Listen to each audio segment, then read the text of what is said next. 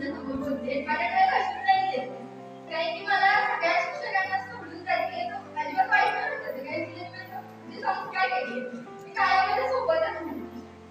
कालके madam, Vijaya madam, गोरे madam सगळ्यांनी आईसारखं प्रेम केलं. गोरे सरांनी सांगितलेली प्रत्येक कविता, वर्गात त्यांनी सांगितलेला प्रत्येक शब्द अजून घेणार. गोरे सरांनी शिकवलेली इंग्लिश प्रत्येक आमची कविता आहे त्याचं त्यांनी ट्रान्सलेट करून सांगितलंय. ते खरंच खूप लक्षात राहिलेलं आहे. त्यामुळे आपण कसं गाणं घुमत असतो, आठवत असतो. गोरे मॅडम आमच्या खरंच खूप मला सगळ्यांच्या मित्रात काय झालं खूप त्रास दिला त्यांना. पण तरी सुद्धा इतक्या प्रेमाने त्यांनी शिकवले आम्हाला.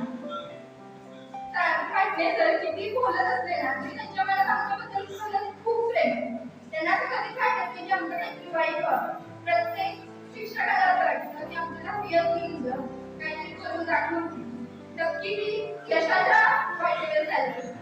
त्यांनी आम्हाला इतके चांगले संस्कार दिले की आमच्या परिस्थिती घट्ट झाली असती कधीच ती चुकीच्या मार्गाने राहू शकत नाही. खाटे मॅडमने केलेली आईसारखं प्रेम कधीच विसरू शकत नाही. रंगा मॅडमने काय त्यांनी माझ्याकडे सगळ्या शिक्षकांनी जे माझे प्रेम केले त्याच्याबद्दल बोलण्यासाठी माझे शब्द नाही.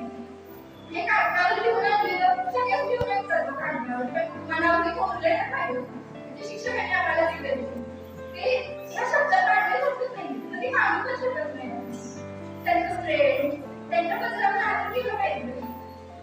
आपण शिक्षकांना बोलतो असे शिकवतात तसे शिकवतात आम्ही सुद्धा बोलतो की मी सुद्धा बोलते त्या शिकवत नाही ती त्या शिकवत नाही ती का तुमच्या मुलांना काय म्हणते असं ऐकू चांगला पण तरी तुला शिकवायचं होता.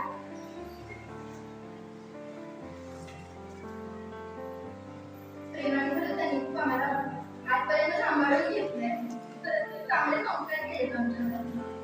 पाटील सरांच्या सगळ्याला सांगायचं की जरी आम्ही 100% नाही शिकलो नाही आम्हाला चांगले मार्क पडले पण आम्ही शिकलो नाही तर परत आपल्याला लागलं नाही तरी तुम्ही जे संस्कार आमच्यावर केलं तसं ते आम्ही कधीच विसरणार नाही. आयुष्यात कधीच आमच्या पावलं चुकीच्या मार्गाने कधीच जाणार नाही.